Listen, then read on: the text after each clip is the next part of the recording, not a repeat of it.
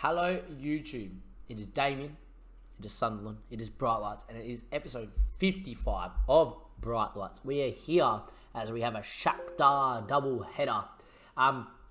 What we are going to do in this episode is we will play Shakhtar in the Europa League here in Group J away from home. We're then going to play the Wolves and Liverpool Brighton games all off stream. And then we will play Shakhtar there. Off the stream right now, I actually just finished the stream. Got to do some editing. You've got a couple of videos to get out, obviously, from the stream. And then we'll go and, I'm going to play this game whilst the video and edits and, and then I'll probably wake up tomorrow morning and play the Shakhtar game tomorrow morning as it's already 11 o'clock. And, we've just finished coaching. I worked all day on Wednesday. Tuesdays and Wednesdays are really poor days, but I really do love my streaming. I definitely make a commitment to at least streaming on the Wednesday, Tuesday. It's kind of hit or miss if I do or don't stream. The new schedule is now up on the stream. Link in the description below to follow my Twitch, and the schedule will be below the stream screen. There's also a link to the Twitter as well, and that has you've got updates on there and whatever needs be when it comes to streaming. Anyway, if we do go look in the in Group J, it is very tight. Obviously, Victoria Pleasant are going to be the whooping boys of this group.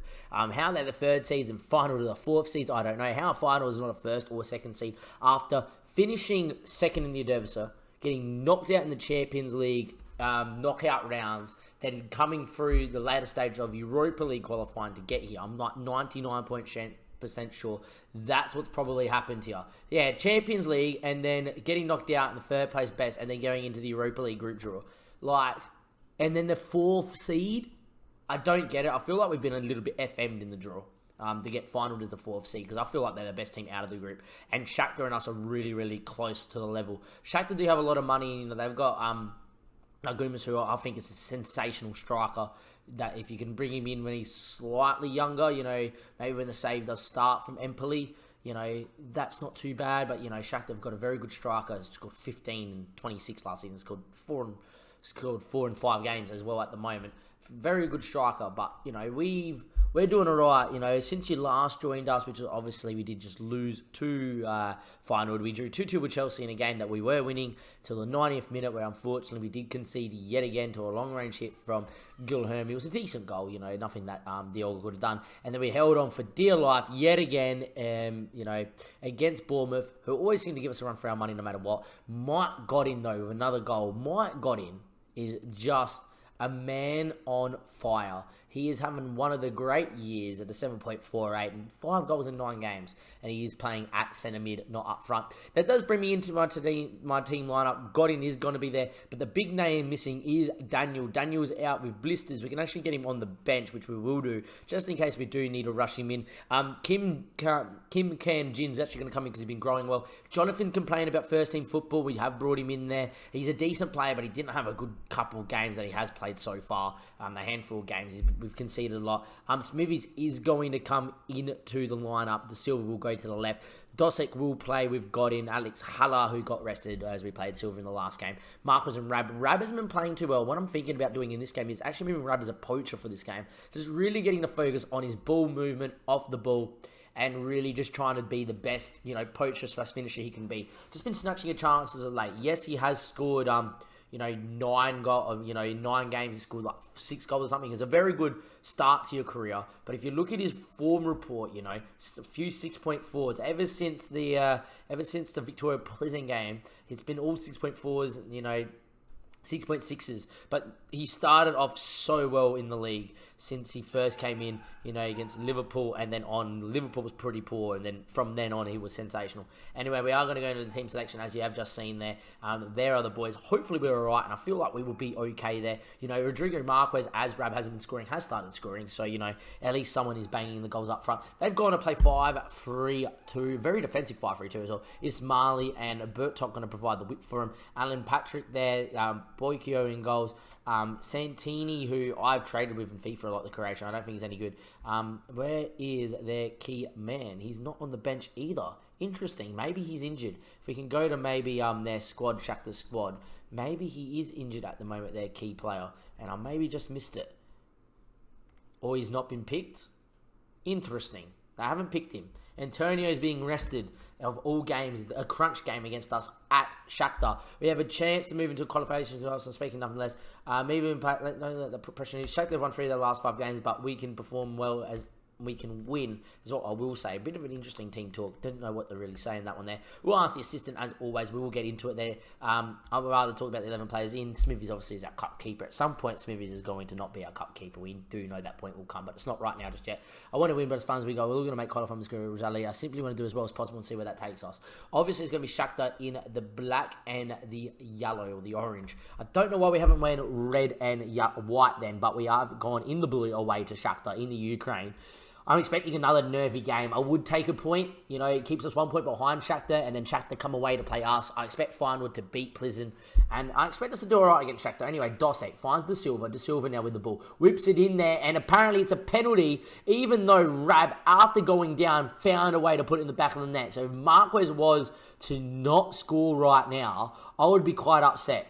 Marquez now versus the keeper. Keeper goes the right way, but Marquez puts it in the absolute toppest of top bins. And we are 1-0 up against Shakhtar. It was an interesting thing because Rab got fouled. He got shoved to the ground. It hit the defender and Rab. And then as it fell down, Rab kind of stuck his foot out and buried it anyway. I would have preferred to see the goal stand and that happen. But, you know, we are currently top of the group because Feyenoord conceded just then to Plizan. Patrick with the free kick in the end. Smithy's great save. Had to read it curling around into him from the wall. Didn't have to overread it, which he didn't, and kept it out of the back of the net. Smithy's obviously a very good keeper.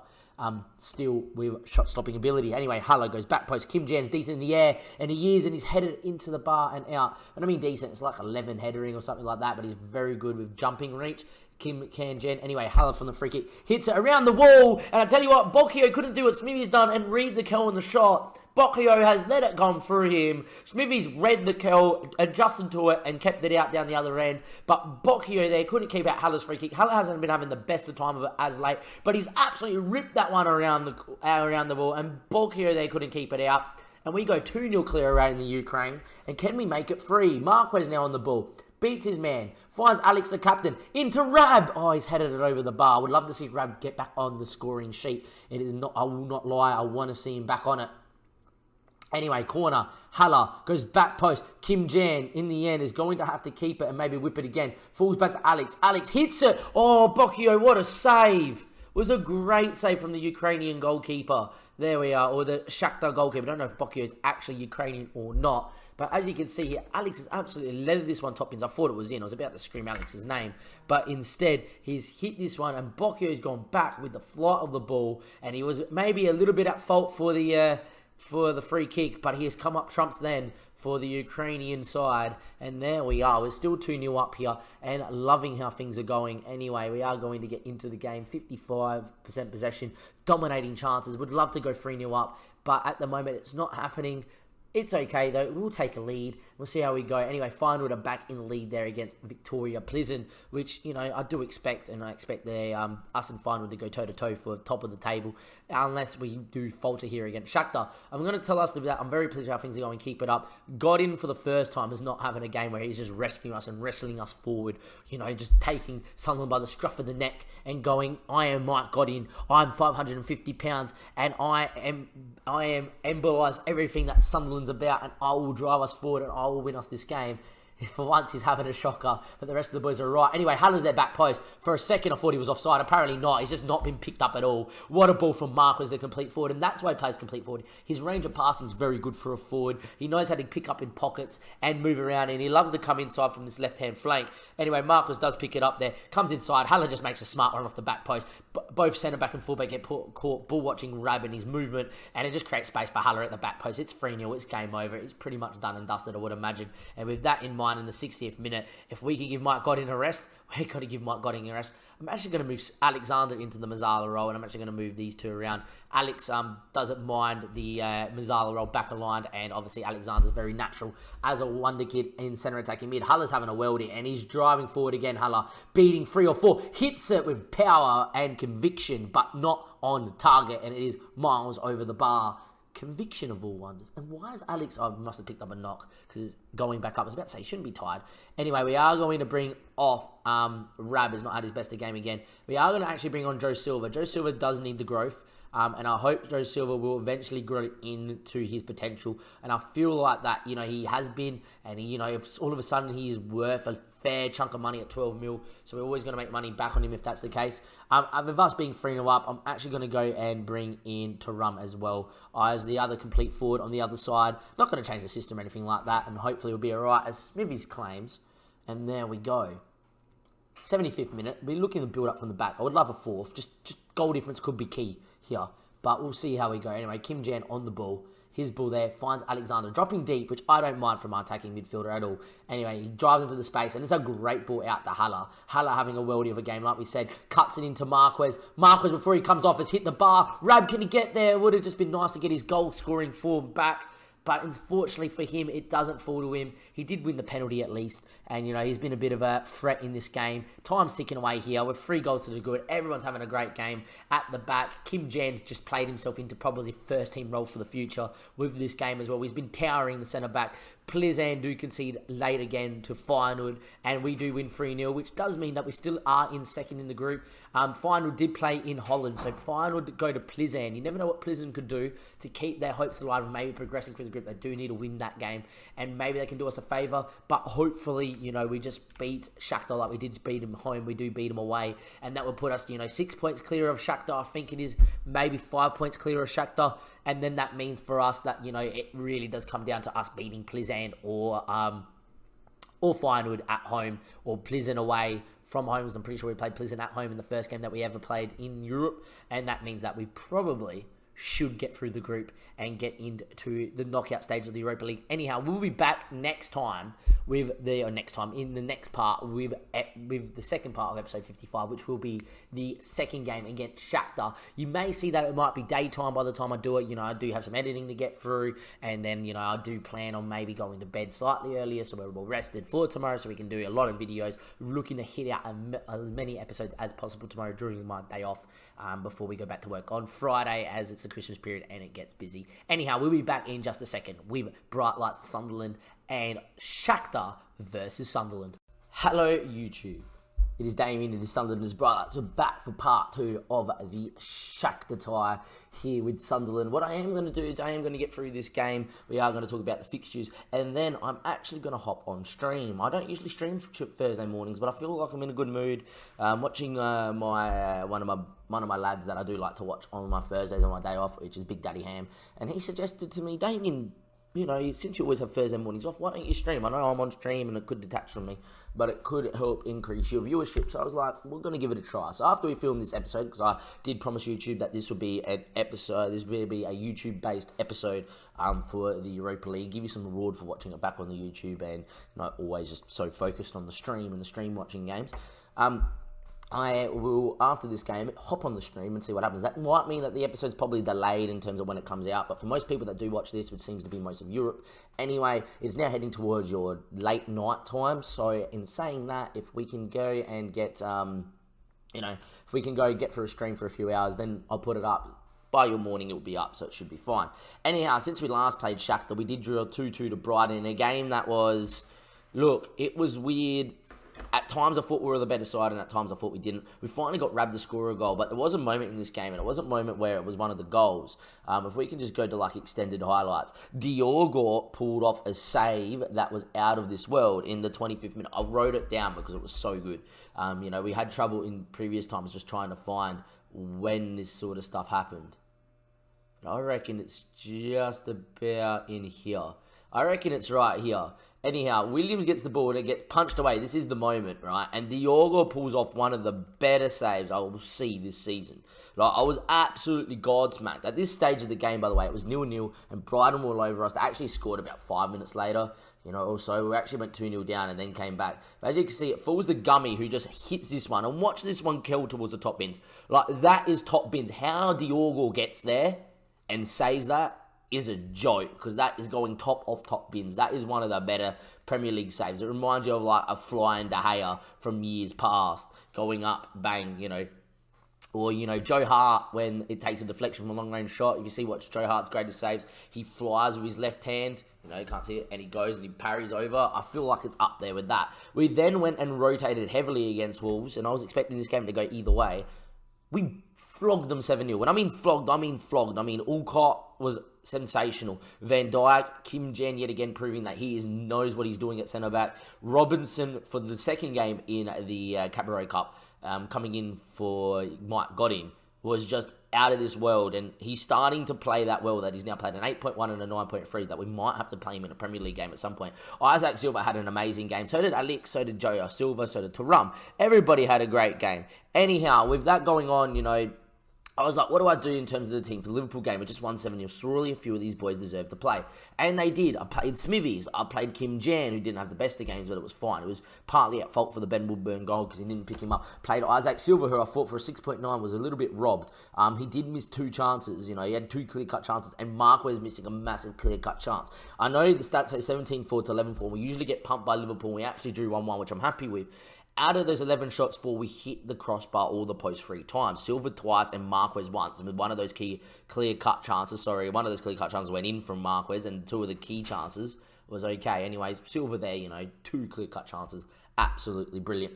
You know, I thought we were actually good enough to win, but you can see we played Wallace. You know, Diogo kept his spot instead of Dosek, even though he didn't play well. Alexander kept his spot. Joe Silva kept his spot. In the end, though, it wasn't meant to be. But we're still undefeated in the league, and we're currently sitting in 3rd, and it's a very good start from us because if we could start eking out, you know, a massive gap to like Chelsea or Spurs this early on, we can all of a sudden say, okay, we're cementing our top 7 spot, which is what the league wants, what the board wants. But if we can go on and get to top 4, which is what we're kind of viewing on stream as our sort of area, then I'll be happy as well. We are going to get into the Shakhtar game though. However, what I am going to do is I do need to sneeze. So we are going to pause the video here quickly, and then we'll be right back after I sneeze. Just 1 second.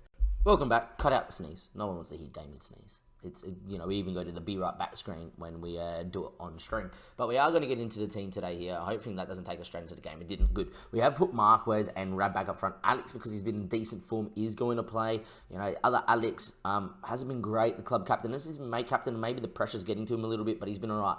Hal has been sensational. Burge has been sensational. Godin's been absolutely out of this spot. I prefer Dosek in these big games. Jonathan, because he really wants these starts. You know, been making sure that he's doesn't get too upset because he is pretty you know, he's pretty big in the dressing room, and he's of quality, and, you know, maybe an older head, he would be okay. Daniel will be playing at left centre-back, which is fine. De Silva and Smithies will play in goals. I'm thinking for the Arsenal game, which will be the first game of the stream, Kim Jan will come back in here for Jonathan, but you know, we might keep Jonathan there because that is the team that would have won the FA Cup, and I'll take those results. Anyway, as you can see here, we line up like that. Antonio's back up front, their key man for Shakhtar. They've got, still playing their 5-3, 5-3-2 system. Ismaili and Bukto and Boyoko, who made the mistake, well, it wasn't a mistake, he didn't read Haller's free kick at all in the last game, is in goals. We are going to go, and I'm going to tell the lads to show us what we can do. We haven't lost yet, you know, in the league. We haven't lost in the Europa League, obviously, to Feyenoord in the last game, but hopefully, if we can continue our winning run here against Shakhtar, we could nearly basically say to ourselves, we're probably getting out the group, unless Shakhtar win all their games remaining. They're still got to play Feyenoord, and they, and we lose every single game, and we do still have to play Pleasant. Anyway, early corner to Haller, whips it back post. Daniel's there, heads down. In the end, it is fallen to Mahrez. And there we go. I'm not 100% sure if it deflected off a defender or it flicked off, you know, Jonathan Sorata or something. But Daniel heading it back in across goals is exactly where we want it. And then within the first minute, we have ourselves a goal. Daniel heads it down. It's actually a save from the keeper as Jonathan ran to tap it in at the front post. And it does fall to Rodrigo Marquez. And he's been starting to score goals, Rodrigo. And, you know, last season, he actually scored 25 and never really looked like he was playing that well. Victoria Pleasant are 1-0 up, but I think Pleasant away at Pleasant would be dangerous. You know, Pleasant, when we played Pleasant, I believe we did play them away. You know, they were still difficult for us as well, but we were all right. Anyway, we are dominating this game here against Shakhtar. Haller whips it in back post. Daniel hits the crossbar this time as well. And there we are. Daniel with another clear-cut chance. Doesn't put it in the back of the net, however. Haller's having a very good game with his whip balls in from corners. He's very good at it. But as things stand right now, we are dominating the game. We're not dominating possession, so to say, but we're dominating every clear-cut chance going on at the moment, and hopefully we'll be okay. Time ticking away here towards half time. We're getting notifications on our phone, and De Silva now throws it into Alex.